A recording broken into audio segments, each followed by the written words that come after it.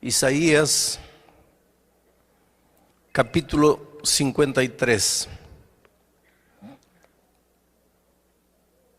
Vamos a leer a partir del versículo 4. ¿Quién ha creído a nuestro anuncio?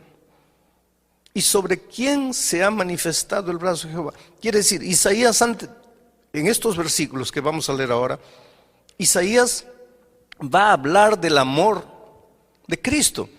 Pero antes de hablar ya empieza creando una interrogación. Dice, nadie me va a creer lo que voy a escribir aquí. Nadie, yo sé que nadie me va a creer. Mira, ya empieza escribiendo, sabiendo que nadie le va a creer, que nadie va a entender lo que le va a escribir. Y a partir del versículo 4 dice, ciertamente llevó Él, y está hablando de Jesús, nuestras enfermedades, sufrió nuestros dolores, y nosotros le tuvimos por azotado, por herido de Dios y abatido. Pero Él, herido fue por nuestras rebeliones, molido por nuestros pecados. El castigo de nuestra paz fue sobre Él, y por su llaga fuimos nosotros curados. Todos nosotros nos descarriamos como ovejas, cada cual se apartó por su camino, pero Jehová cargó en Él, en Jesús, el pecado de todos nosotros. Angustiado Él y afligido, no abrió su boca. Como cordero fue llevado al matadero, y como oveja delante de sus trasquiladores enmudeció y no abrió su boca.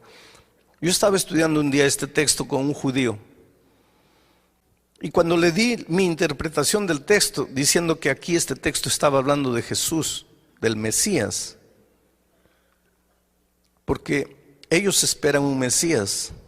El pueblo judío espera al Mesías todavía, porque para ellos el Mesías vendrá victorioso, glorioso, libertador. Ellos no pueden entender que el Mesías haya venido humilde, siervo, para morir, porque ellos esperan un Mesías político. Ellos no aceptan un Mesías espiritual. Y cuando yo le di la interpretación de este texto, él me dijo, pastor, esa interpretación que usted hace de este texto es una interpretación inmoral. Y yo le pregunté, pero ¿por qué inmoral? La palabra inmoral es muy fuerte. Me dice, porque que un malo muera por lo que hizo, eso es justo, eso es moral.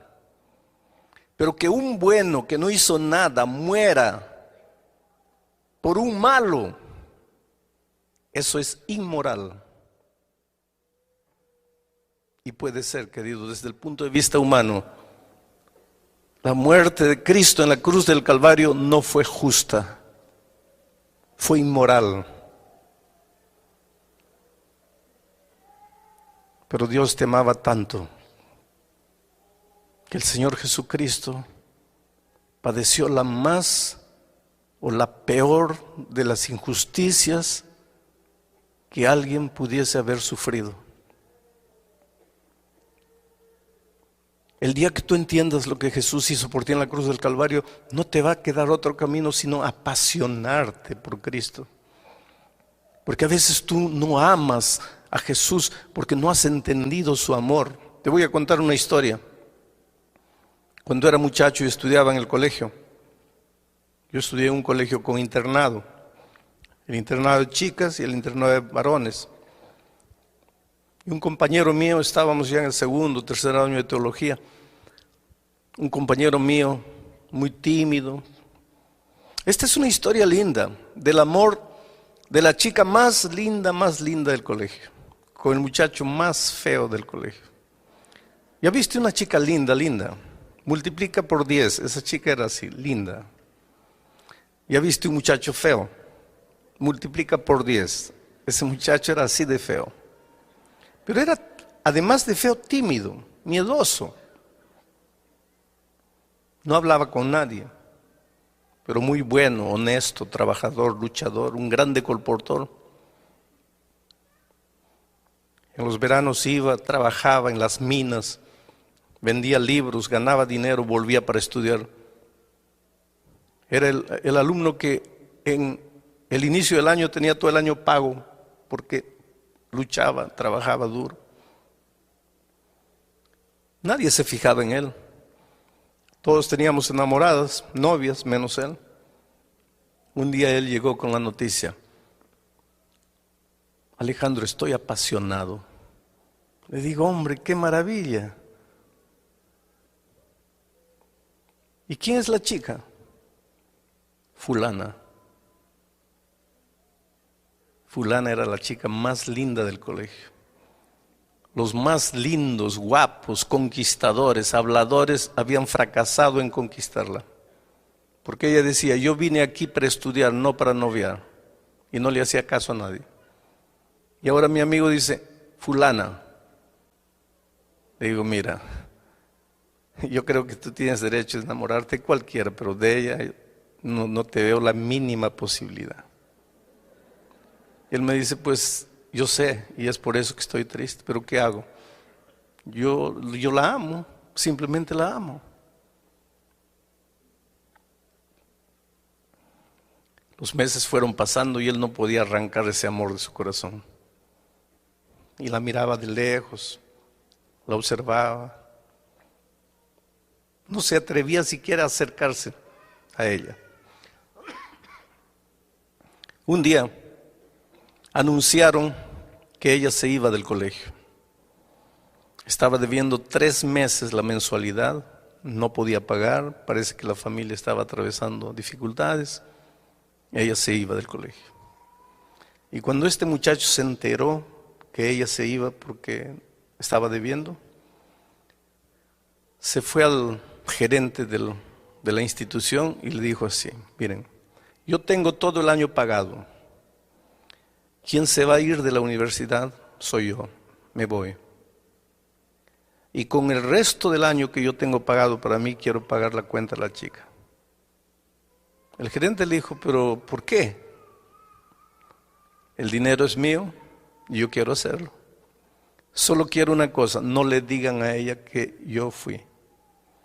Díganle que el colegio le está dando una beca, cualquier cosa, pero no quiero que ella sepa lo que yo hice. El muchacho se quedó un tiempo más sufriendo. La chica se quedó. Ahora estaba pago. El muchacho estudió un poco más. En poco tiempo se iría a seguir colportando. Un día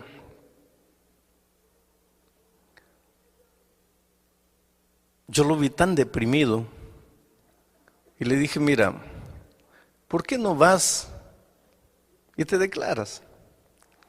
Lo peor que te puede suceder es que te diga no. Pero por lo menos ya sacaste del corazón lo que tienes ahí. Y él me hizo caso y fue y se declaró. Y ella lo trató tan mal, tan mal. Le dijo algo así como, tú no tienes ojos, tú no te miras a ti mismo, tú no sabes quién eres. Dice, ¿cómo te atreves? Y lo encontré a este muchacho derrotado, arreglando sus cosas para irse.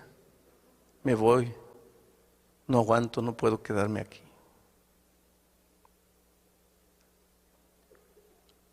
Un día me encontré con la chica. Le dije, mira, tú tienes el derecho de decir sí o no a cualquiera, pero creo que no tienes el derecho de tratar mal a las personas. Tú humillaste a ese muchacho y él te ama. Te ama tanto que tú no tienes idea de lo que él hizo por ti. ¿Sabes por qué no te fuiste el año pasado del colegio? ¿Sabes por qué él salió del colegio? No, porque yo recibí una beca. No fue una beca. fue él que pagó tus cuentas. Ella fue al gerente, agarró al gerente, le dijo, dime la verdad. El gerente le dijo, es verdad. Ella se sintió humillada, desapareció por unos días. Yo me arrepentí de haber dicho lo que dije. El tiempo pasó, 1 mes, 2 meses, y yo trataba de evitar esa conversación con mi amigo, con todos. Un día él me busca y me dice, tengo una noticia que no vas a creer. ¿Qué noticia? Estoy enamorando. Bueno, gracias a Dios, ya te libraste del otro sentimiento. No, estoy enamorando con ella. Le digo, no puede ser. Sí. Un día me encontré con ella. Le pregunté, ¿es verdad que estás enamorando con él? Sí. Pero tú no lo amas. Ella me dice, no, yo no lo amaba. Y cuando yo supe la verdad, yo lloré, me sentí humillada, me sentí mal. Pero después el tiempo fue pasando y comencé a pensar, ¿quién en esta vida sería capaz de hacer por mí lo que él hizo? Sin siquiera querer que yo sepa. ¿Quién podrá amarme en este mundo más que ese muchacho? Y un día pensé para mí misma, ¿cómo tendría el valor de no amar a alguien que me ama tanto?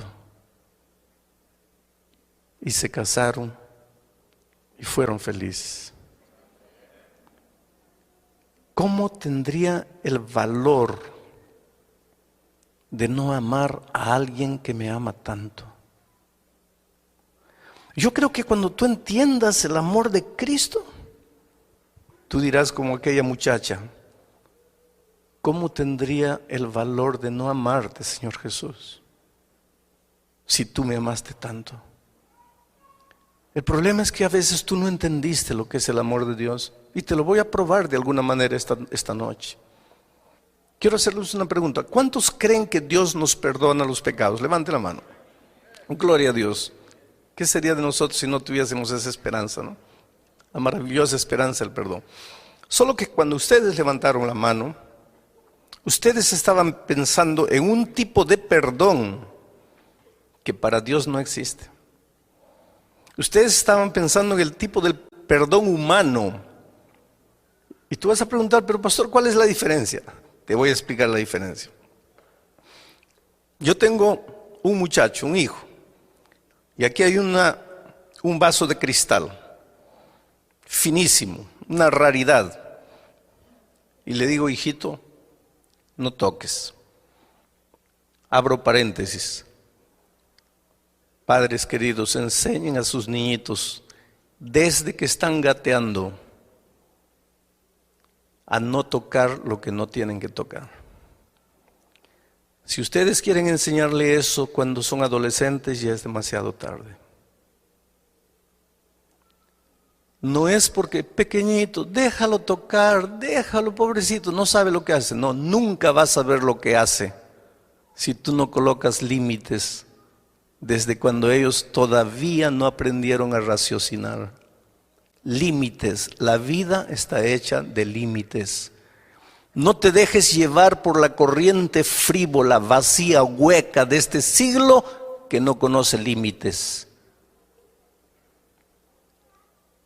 Cierro paréntesis. Le digo a mi hijo, no toques esto. Hago un trato con él. Mira, hijito, si yo te veo tocando esto, mira, vas a recibir una palmada en la mano. ¿Está cierto? Está bien. ¿Entendiste? Entendí. ¿Qué te dije? Que si yo toco, recibo una palmada. Entonces, ¿estamos claros? Estamos. Me voy. 3 días después vuelvo y lo encuentro a mi hijo no solo tocando, sino destruyendo el vaso de cristal. Y cuando él me ve, ya sabe que nosotros teníamos un trato. Cuando Él me ve, inmediatamente sus ojitos se abren asustados y salen de su boca 3 palabras, 2 palabras: Padre o papá, perdóname. Cuando Él dice papá, perdóname, ¿qué es lo que está queriendo decir? En otras palabras, ¿qué está diciendo? Papá, no me pegues. Ahí yo lo miro, siento compasión y digo: está bien, hijito, te perdono. Cuando yo le digo: está bien, hijito, te perdono, ¿qué es lo que estoy queriendo decir? Está bien, hijito, no te voy a hacer nada. Mi hijo se va saltando feliz y yo también me voy contento. ¿Perdoné a mi hijo, sí o no? Claro, perdoné. Porque para nosotros perdón es ausencia de castigo, liberación del castigo. Él erró, merecía el castigo, dijo: papá, perdóname. Mi corazón se enterneció, lo perdoné, está libre del castigo. ¿Perdoné o no perdoné? Perdoné. Ese es el perdón humano. Pero con Dios ese perdón no existe. ¿Sabes por qué? Porque Dios es Dios. Y su palabra es eterna. Su palabra no cambia. No es como la mía que digo: vas a recibir y después no, ya no vas a recibir. No, no es así. Yo soy hombre. Mi palabra cambia, pero la palabra de Dios no cambia nunca. Y la Biblia dice: la paga del pecado es la muerte. Por lo tanto, quien pecó tiene que morir. No hay otro camino. Y la Biblia dice más: todos nosotros pecamos y por lo tanto estamos destituidos de la gloria de Dios. La Biblia dice más: no hay justo ni siquiera uno. Todos merecemos morir. Todos nosotros estamos condenados a muerte. Todos nosotros ya nacemos condenados a muerte. Pero no queremos morir. Nadie quiere morir. Entonces levantamos los ojos al cielo y decimos: Padre, perdóname. Cuando le decimos Padre, perdóname, ¿qué es lo que le estamos queriendo decir en otras palabras? Padre, yo pequé y merezco morir, pero no quiero morir. Si Dios fuese hombre, ¿sabes lo que diría? Ah, ¿no quieres, hijito? Entonces está bien, hijito, puedes irte, ya estás perdonado. Si Dios fuese hombre, haría eso. Pero Dios no es hombre. Dios es Dios. Y su palabra es eterna. Y si dice que el salario del pecado, la paga del pecado es la muerte, entonces la paga del pecado es la muerte. Y por otro lado, el enemigo de Dios está bien atento a lo que va a hacer Dios. Porque si Dios le dice al hombre: pecaste, pero estás libre, viene el enemigo y dice: espera un poco, ¿qué dice tu palabra? El salario del pecado es la muerte. Él pecó, ¿por qué lo estás dejando ir? Por otro lado, si Dios hace que el hombre muera como consecuencia de su desobediencia, viene el diablo y dice: qué abusivo eres, pobrecito, solo porque es una cosita. Parece que el diablo lo agarra a Dios entre la espada y la pared. Si Dios hace una cosa, está mal. Si Dios hace la otra cosa, está mal. ¿Qué hace Dios? Ahí entra el amor maravilloso de Cristo. Porque Dios quiere perdonar al ser humano. Dios quiere que el hombre no sufra la consecuencia de su desobediencia cuando él se arrepiente, cuando él reconoce que está en pecado. Pero tiene que cumplir al mismo tiempo su palabra que dice que el salario del pecado es la muerte. Ahí se levanta la persona maravillosa del Señor Jesucristo. Porque Jesús le dice a su Padre: Padre, mira, antes de que el hombre sufra las consecuencias de su desobediencia, porque todos pecaron y están destituidos de la gloria de Dios. Todos pecaron y están condenados a morir. Pero Padre, antes que el ser humano sufra las consecuencias, déjame ir a la tierra como ser humano Y el Padre permite que su Hijo se haga hombre. Y el Señor Jesucristo viene a esta tierra como un ser humano. No se vistió de ser humano. No se disfrazó de ser humano. Se transformó en ser humano, ser humano. Humano como tú, pero nunca dejó de ser Dios. Fue plenamente Dios y fue plenamente hombre. No vamos a entender el misterio de la encarnación. Pero vino y en esta tierra fue tentado en todo. No hay una tentación que tú sientas en la vida que Jesús no haya probado. La peor de las tentaciones. Tú puedes decir, no, pero en los tiempos de Él no había este tipo de... Querido, todas las tentaciones, de todos los tipos, de todos los tiempos, de todas las características, Jesús sufrió en carne propia. En el desierto, las 3 tentaciones que Él sufrió abarcaban la vida toda en su plenitud. Fue tentado al máximo. Y te digo más, Él sufrió una tentación que tú y yo no podemos sufrir nunca. ¿Sabes cuál es? Jesús era Dios, pero cuando vino a esta tierra hizo un trato con su Padre, que en esta tierra no usaría sus poderes divinos sin el consentimiento de su Padre. Y el diablo trataba de que Él usase sus poderes divinos para Él, sin el consentimiento del Padre, porque sabía que si Él hacía eso, pecaba. Esa tentación tú no tienes, porque tú y yo no tenemos poderes divinos, pero Él tuvo. Y la Biblia dice, fue tentado en todo, pero sin pecado. ¿Quién me redarguye de pecado?, pregunta Él. El enemigo, que es especialista en hacer pecar y después echarte los pecados en la cara. Yo lo desafío que apunte un mínimo, una partícula de pecado en la vida de Cristo. No hay. Por lo tanto, querido, Jesús como ser humano vino y obedeció. Y por lo tanto, si obedeció, merecía la vida. El ser humano desobedeció y porque desobedeció, merecía la muerte. Ahora Jesús, que obedeció y mereció la vida, él ya tenía la vida por ser Dios, pero como ser humano la conquistó una vez más por su obediencia fiel a la voluntad de Dios. Ahora Jesús se presenta delante de su Padre y le dice: Padre, en el principio eterno de la palabra dice que el hombre que peca tiene que morir, pero el hombre que no peca merece vivir.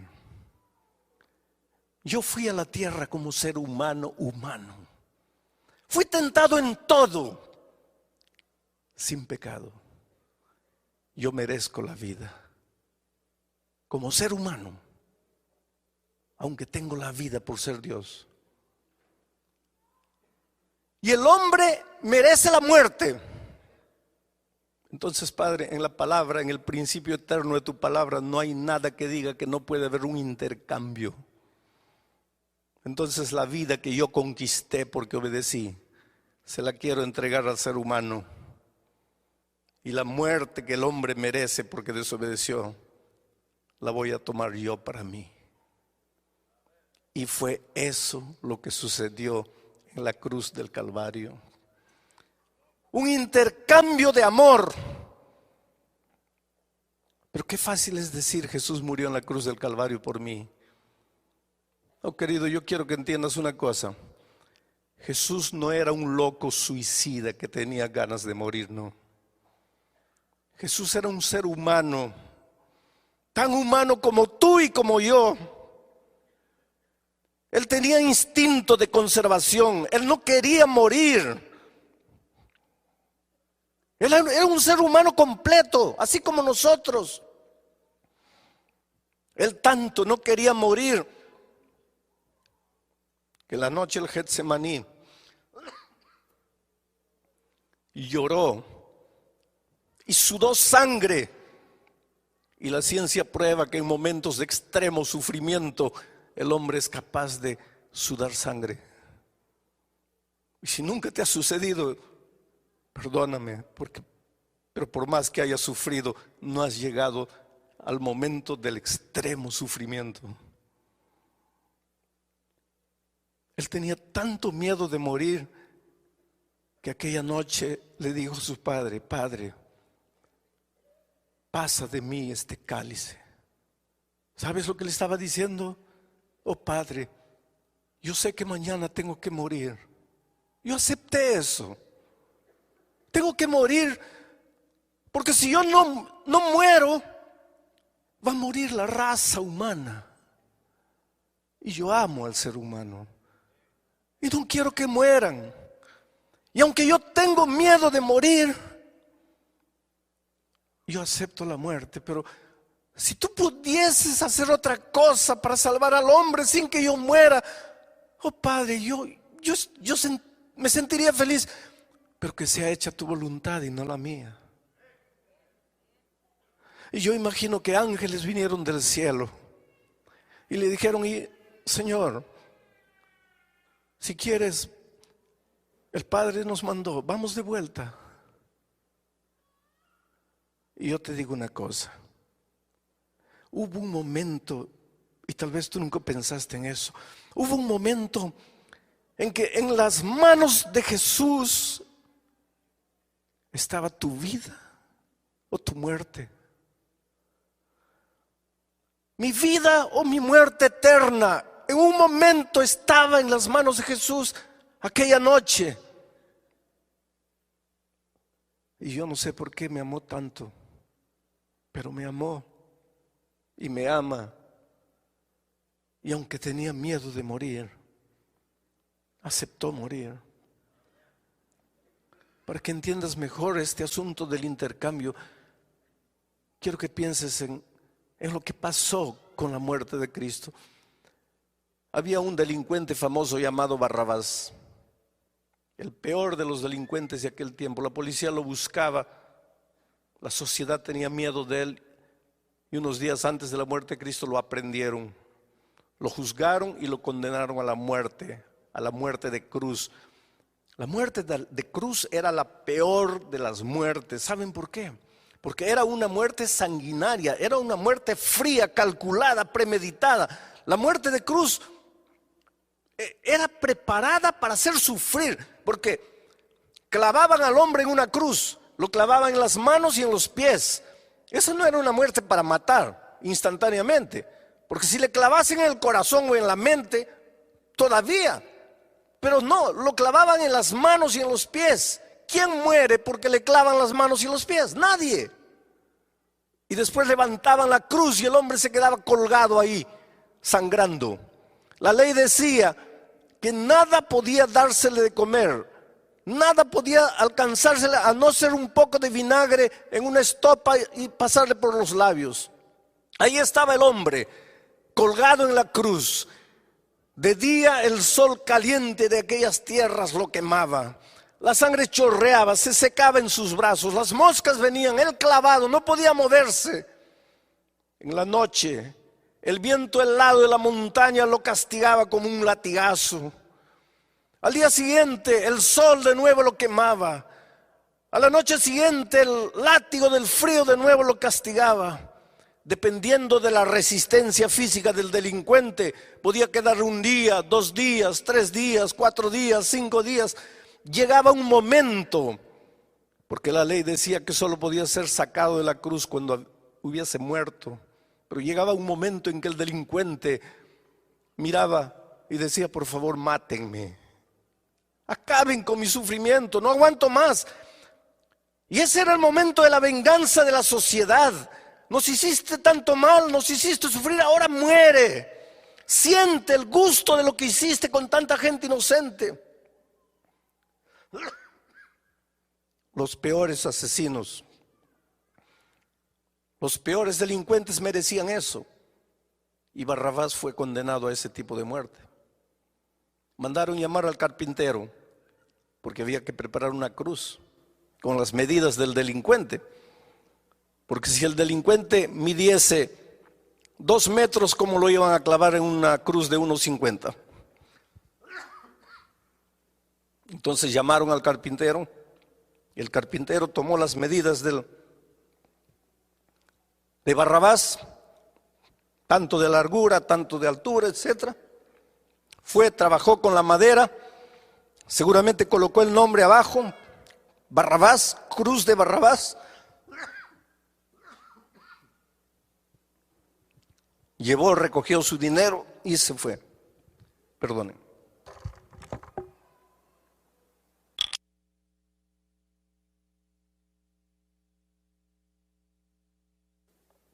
Ahí estaba la cruz de Barrabás, con el nombre de Barrabás, con las medidas de Barrabás. Y ahí estaba Barrabás para ser crucificado en esa cruz. Merecía la cruz.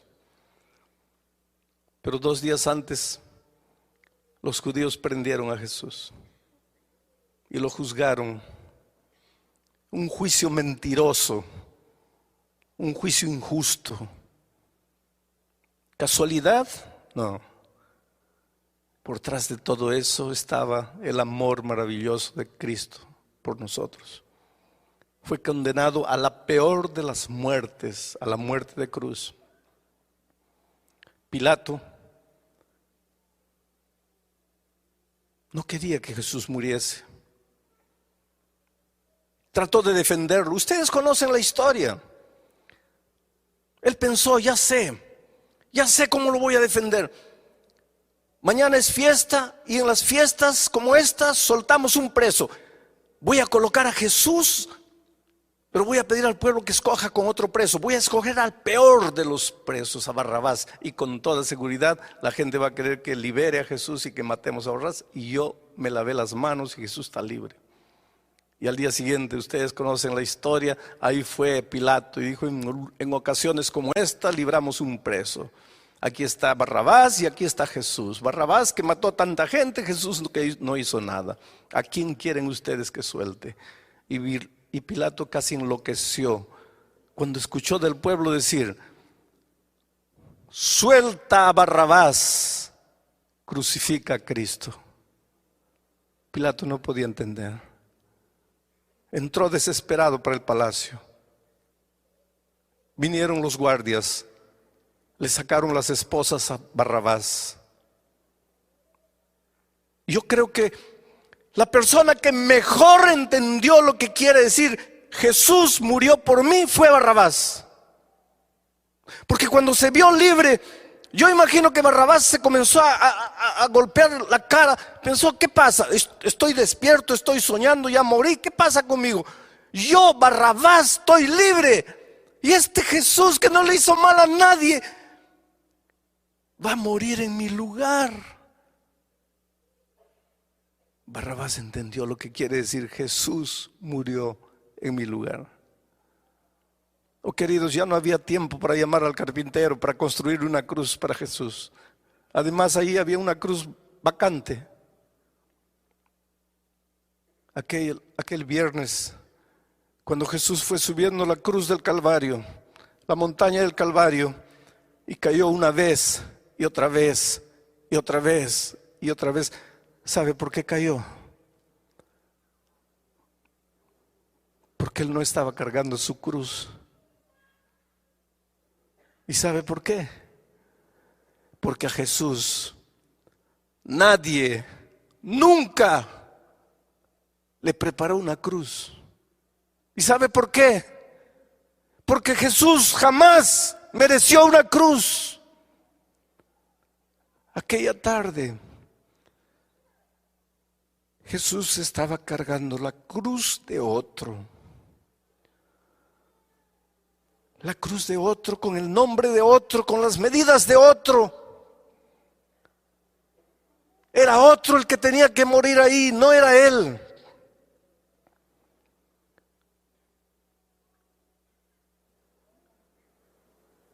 Llegaron al topo de la montaña, colocaron la cruz en el suelo, extendieron el cuerpo de Cristo, lo clavaron, lo levantaron. Con el peso de su cuerpo, sus carnes se rasgaron. En ese momento el velo del templo se rasgó La oscuridad envolvió a la ciudad de Jerusalén.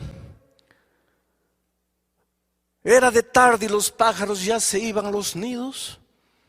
Las bestias corrían en los campos desesperadas de un lado para otro, presintiendo en su irracionalidad que algo extraordinario estaba sucediendo. Solo el ser humano, la más inteligente de las criaturas, no se daba cuenta de lo que estaba haciendo. Jesús murió. ¿Quiénes lo mataron? Los judíos. Así pensamos, ¿no es cierto? Cuando yo era chico, mi madre tenía un libro llamado Primeros Pasos. Ya no existe ese libro. Había ahí el cuadro de la crucifixión de Cristo. Y yo le preguntaba a mi mamá, ¿quién es este que está en esta cruz aquí? Ella me decía, ese es el buen ladrón. Y este otro, ese es el mal ladrón, hijo. ¿Y quién es este que está en el centro? Es el Señor Jesucristo, que murió por nuestros pecados. Y estos que están abajo, ¿quiénes son? Y mi madre se llenaba de ira y me decía, hijo, esos son los perros soldados que mataron a Cristo. Y toda mi vida crecí pensando que fueron los soldados que mataron a Cristo. Hasta que un día, echado en mi cama, mirando al techo, pensando en mis errores, en mis faltas, en mis desatinos, pidiendo perdón a Dios, me di cuenta que no fueron los soldados que mataron a Cristo. Fui yo. Era la única manera de salvarme. No había otra. Porque cada vez que me arrodillo para decirle, Dios mío, perdóname, ¿sabe lo que le estoy diciendo? Dios mío, no quiero morir. Y si Dios fuese hombre me diría, está bien, estás libre. Pero Dios no es hombre, es Dios, su palabra es eterna. Y me dice, hijo, pero está escrito, la paga del pecado es la muerte y tú pecaste. Señor, pero no quiero morir. Entonces solo hay un camino. ¿Cuántas veces conté la historia del pastor H.M.S. Richard, que fue el fundador del programa de La Voz de Profecía aquí en los Estados Unidos? Él cuenta que cuando era joven, cuando él era adolescente, le gustaba robar las manzanas del vecino en la chacra. Y un día la vecina se quejó y la mamá tomó una vara verde y le mostró la vara al hijo y le dijo, mira hijo, ¿estás viendo esta vara? Si la vecina vuelve a quejarse, ¿estás viendo la vara? Te voy a dar 5 veces con esta vara en las espaldas. ¿Me estás escuchando? Sí, mamita. ¿Qué te dije? Que si vuelvo a robar las manzanas me das 5 veces. Entonces está claro, está claro. Pasó un día, 2 días, una semana, 2 semanas. Las manzanas estaban más lindas que nunca, más rojas, bonitas. La tentación es así. Y él no resistió y saltó, agarró 5 manzanas y cuando ya estaba cayendo de vuelta al patio, ahí estaba la mamá con la vara en la mano. Las manzanas rodaron y él se quedó asustado mirando a la madre y le dijo, mamita, perdóname. ¿Qué estaba queriendo decir? No me des. La mamá le dijo, no hijo, nosotros teníamos un trato. Si tú entrabas una vez más, yo te daba 5 veces. Entraste, tengo que darte. Pero mamita, por favor, perdóname. No hay perdón. Mamita, yo soy tu hijo, tú no me amas. se arrodilló pidiendo perdón a la mamá. ¿Y qué madre puede quedarse insensible cuando ve a su hijo arrodillado, llorando, pidiendo perdón? Y la madre le preguntó: hijo, ¿no quieres recibir los 5 varazos en las espaldas? No, mamita. Entonces levántate. Y él se levantó. Y la mamá le extendió la vara y le dijo: hijo, toma la vara. Y él agarró la vara y le dijo: mira, teníamos un trato. Si tú infringías más, yo te daría 5 veces con esa vara. Y tú infringiste. Mereces el castigo. Pero no quieres recibir el castigo. Y yo te amo tanto que vamos a hacer una cosa. En lugar de que yo te castigue a ti porque infringiste, tú me vas a dar 5 veces con esa vara en mis espaldas. El castigo se va a cumplir porque hubo infracción. Pero yo te amo tanto que yo voy a pagar el castigo en tu lugar. Y el pastor Richard cuenta la historia y dice: yo no tuve el valor de castigar a mi madre por mi pecado. Pero nosotros, querido, sí tuvimos el valor de crucificar a Jesús en la cruz por nuestro pecado. Porque cada vez que tú te arrodillas para decirle: Dios mío, perdóname, ¿sabes lo que le estás diciendo? Yo pequé, Señor, y merezco morir, pero no quiero morir. Yo sé que merezco la muerte, pero no quiero. Y entonces Jesús te dice: hijo, solo hay una manera de que no mueras. ¿Cuál es, Señor? En lugar de que tú mueras, yo voy a morir. Tú me vas a quitar la vida. Y lo hicimos. Por eso, queridos, cuando yo miro a la cruz del Calvario, me pregunto como aquella muchacha del colegio: ¿cómo tendría el valor de no amar a alguien que me ama tanto? Pocas veces me emociono cuando predico, o quiere decir, pocas veces me descontrolo en mis emociones cuando predico. Pero nunca conseguí predicar el tema de lo que sucedió en la cruz del Calvario sin que mis emociones escapasen a mi control. Porque nunca tendré palabras para agradecer a Dios por lo que hizo por mí. ¿Qué hubiera sido de nosotros si el Señor Jesús no hubiese estado dispuesto a morir en la cruz? Por eso esta noche te voy a hacer una invitación. Esta invitación no es para los miembros bautizados de la iglesia. Las personas que se han levantado anoche y han venido aquí tampoco necesitan levantarse esta noche, porque anoche